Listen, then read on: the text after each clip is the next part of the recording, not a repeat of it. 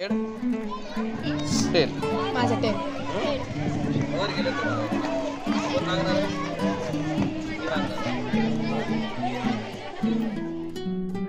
जीवन एक क्रीडांगण आहे. त्यात परिस्थितीनुसार मानवाने आपला भाग खिलाडू वृत्तीने खेळावा आणि तो खेळत असताना अडीअडचणी, आपत्ती, सुखदुःखे व जयापजय यांना हसत मुखानं तोंड द्यावं. याकरिता विद्यार्थ्यांना बालवयापासूनच मैदानी खेळाची आवड निर्माण करणं हे आवश्यक आहे. या दृष्टिकोनातूनच नवीन राष्ट्रीय शैक्षणिक धोरण अंतर्गत आयोजित शिक्षण सप्ताह दिवस 3 क्रीडा दिनानिमित्त नूतन कन्या प्रशालेत देशी खेळांचे आयोजन करण्यात आले.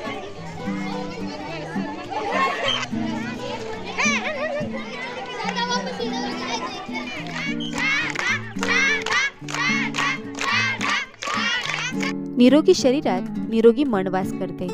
चांगले आरोग्य आपणास शारीरिक खेळामुळेच प्राप्त होते.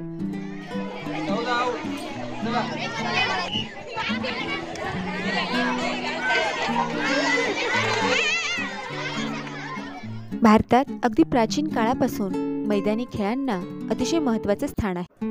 आधुनिक शिक्षणशास्त्रातही खेळाचं महत्त्व मान्य झालेलं आहे व शैक्षणिक पद्धतीचं एक महत्त्वाचं अंग म्हणूनही खेळाकडे पाहिलं जाते.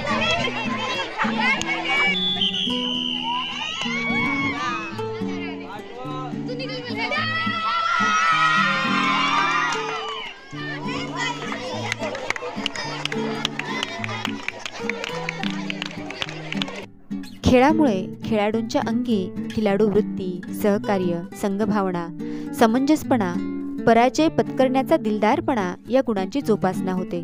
तसेच खेळामुळे आत्मसंयमन, प्रसंगावधान, नेतृत्व, धाडसी वृत्ती या गुणांचा देखील विकास घडून येतो.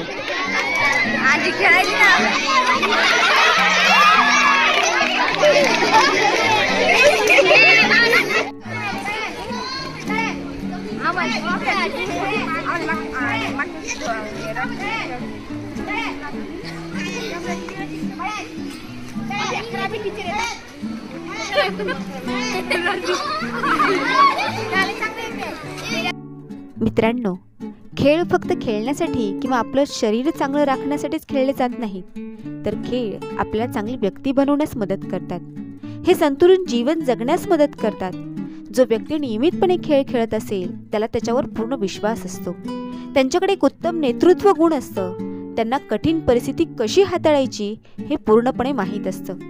तुम्ही कोणताही खेळ खेळत असलात तरी तुमचा आत्मविश्वास हा खेळामुळे नक्की वाढतो. आणि म्हणून आजच्या काळामध्ये विद्यार्थ्यांना शारीरिक बळाची गरज असलेले खेळ नक्कीच शिकवावे, कारण ते मानसिक आणि शारीरिकदृष्ट्या तेव्हाच मजबूत होतील. प्रथम कोण आहे? नाव सांग. नाव सांग. प्रथम. सेकंड ऋतुजा अविनाश मोगल आणि तृतीय श्रद्धा चव्हाण. यांच्यासाठी जोरदार टाळ्या. खेळाचे आणखीन एक वैशिष्ट्य असे की प्रत्यक्ष खेळाडू जसा त्यात रंगतो तसेच खेळ पाहणारे असंख्य प्रेक्षकही त्यात रंगून जातात. देशी खेळाचे महत्त्व लक्षात घेता प्रशालेतील क्रीडा शिक्षक श्री ढोके सर आणि राठोड सर यांच्या मार्गदर्शनाद्वारे शिक्षण सप्ताहातील 3रा दिवस क्रीडा दिन हा अतिशय उत्साहात पार पडला. शाळेच्या उज्ज्वल आणि यशदायी वाटचालीसह पुन्हा भेटूयात पुढच्या व्हिडिओमध्ये. तोपर्यंत नमस्कार.